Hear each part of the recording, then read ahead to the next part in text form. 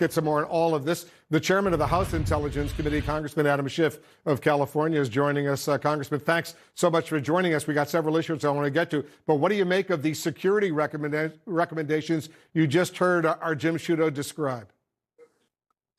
Well, many of us feel that the security has been inadequate for some time, and it's a particular concern, frankly, when we're away from the Capitol.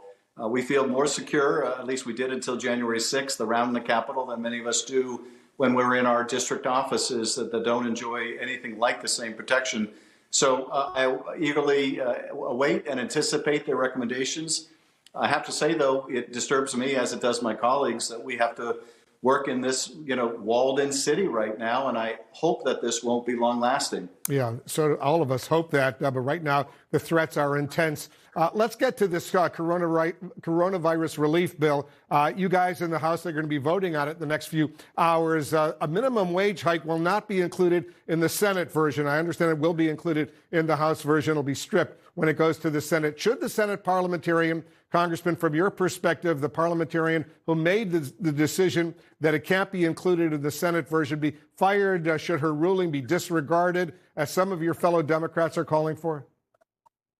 I don't think you fire a parliamentarian if you have confidence that they're making their judgment to the best of their ability. It's a separate question about whether you feel that you should overturn the judgment of the parliamentarian. I would be, open to the Senate exploring any way to get the minimum wage increased. It would lift millions of Americans out of poverty and is among the most significant steps that we can take to bring immediate relief to families that are just barely hanging on right now. But there may be other ways that we can go at this with standalone legislation. It may be the kind of thing, although we may need to overcome the filibuster more generally, where we can target different processes to get that particular bill passed. But there are other aspects of the bill that are also essential, that will also lift people out of poverty, like that child tax credit. So whether we're successful in the relief package with the minimum wage, there are other really important pieces that need to get done as well.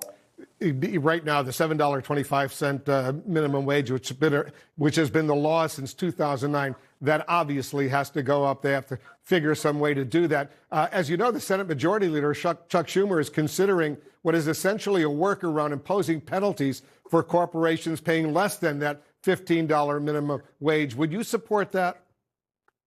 I'd be very open to proposals like that. Anything that we can do, frankly, to ensure that more Americans who work hard, work full time, don't have to live in poverty. It shouldn't be in a country as prosperous as ours that if you work hard, you play by the rules, you pay your taxes, that you can't afford health care, you can't afford food or rent or your mortgage. You should be able to make it in America if you work hard. And so I think raising that minimum wage is really important. Let's turn to this new U.S. intelligence report. It's been declassified, released today, that finds the Saudi Crown Prince personally responsible for approving the killing of the journalist Jamal Khashoggi. You're the chairman of the House Intelligence Committee. You've been privy to a lot of sensitive information about this killing. Are you disappointed that the Biden administration chose not to take direct action against the Crown Prince, Mohammed bin Salman, himself? First of all, I think the report itself is pretty remarkable in saying in no uncertain terms that the Crown Prince of Saudi Arabia ordered the capture or killing of an American resident and journalist, that essentially the Crown Prince has blood on his hands. I would like to see the administration go beyond what it has announced in terms of repercussions to make sure that there are repercussions directly to the Crown Prince. To me, it's discordant, to say the least, that you go after those who follow the orders to kill someone, but not the person who gave the orders. And I think there are ways to do it. I think the Crown Prince should be shunned by the president. I don't think he should be invited to the United States. I don't think the president should meet with him or speak with him. And I think there are ways to go after assets controlled by the Crown Prince that may have played a role in this capture or kill operation. So I'd like to see them do more. I think that would be consistent with our champion of human rights. And we could do so without bringing about a complete rupture of the relationship between the the United States and Saudi Arabia. Well, how do you do that? He is arguably, maybe after the king himself, the most powerful leader in Saudi Arabia right now. How do you avoid a complete rupture if the U.S. is going to sanction him personally? And this report, which I've gone through, the declassified version, the Office of the Director of National Intelligence, we assess that Saudi Arabia's Crown Prince Mohammed bin Salman approved an operation in Istanbul, Turkey, to capture or kill journalist Jamal Khashoggi. And then it says the Crown Prince viewed Khashoggi as a threat to the kingdom and broadly supported using violent measures, if necessary, to silence him. So what specifically would you recommend to President Biden to do to punish the Saudi Crown Prince? Well, look, there are a continuum of things that can be done. In the last administration, they weren't even willing to call the Crown Prince out on the murder. And the president, the former president, was proud of protecting the Crown Prince from any repercussion.